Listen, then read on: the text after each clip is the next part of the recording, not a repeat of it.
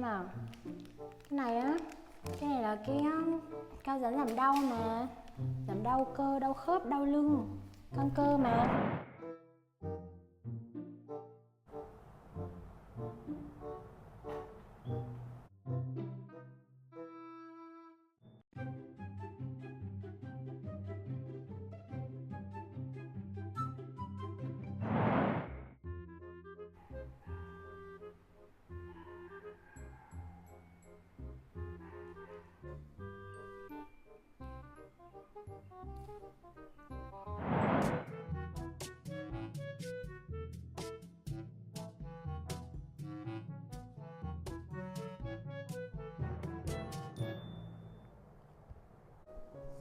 Mẹ dán này ra sau lưng nhá.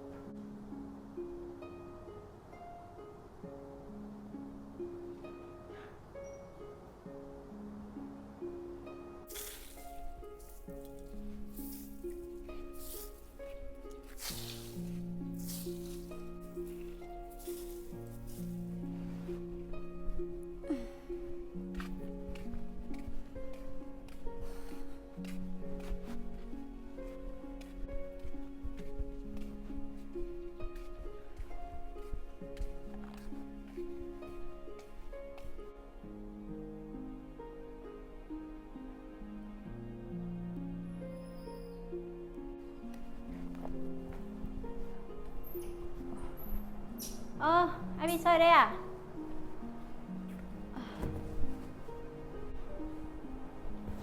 Ôi, chơi đi nhá. Mẹ đau lưng quá, mẹ lên mẹ nằm đi.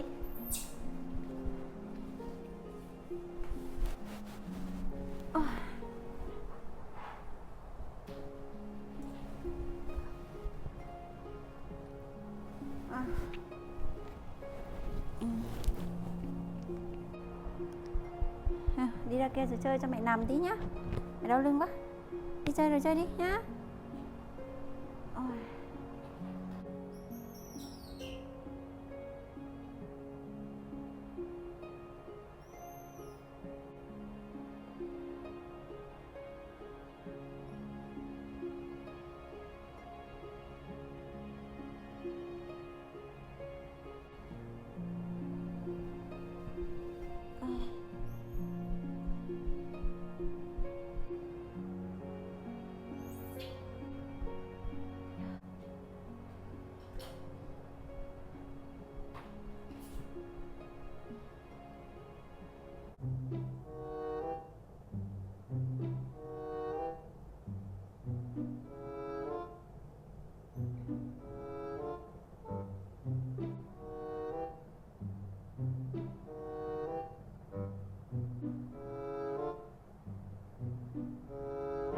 Để gì xem nào. Cái này á, cái này là cái cao dẫn giảm đau mà. Giảm đau cơ, đau khớp, đau lưng, căng cơ mà.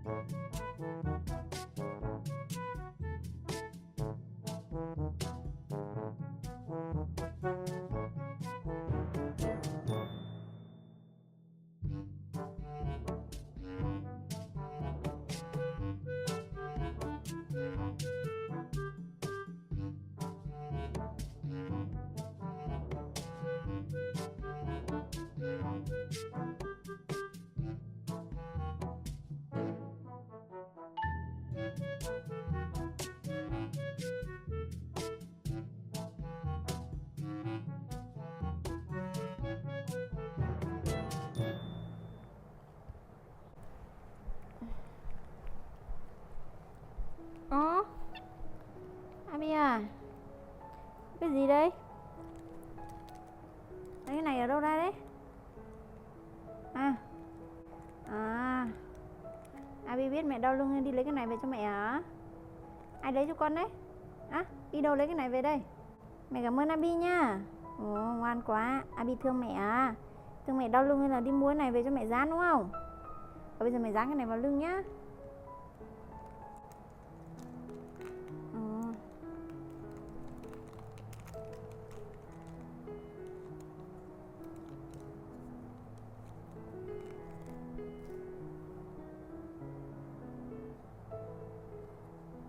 Rồi, đau lưng quá.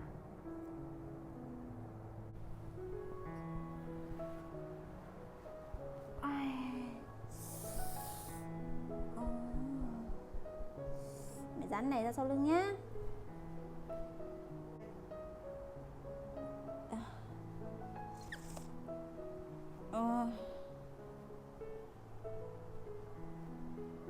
Rồi. Nào, Abi với mẹ nằm tạm đây nè. Nằm đi nghỉ tí nhá. Mẹ đau lưng quá, Abi. Mẹ nằm đây mẹ nhé.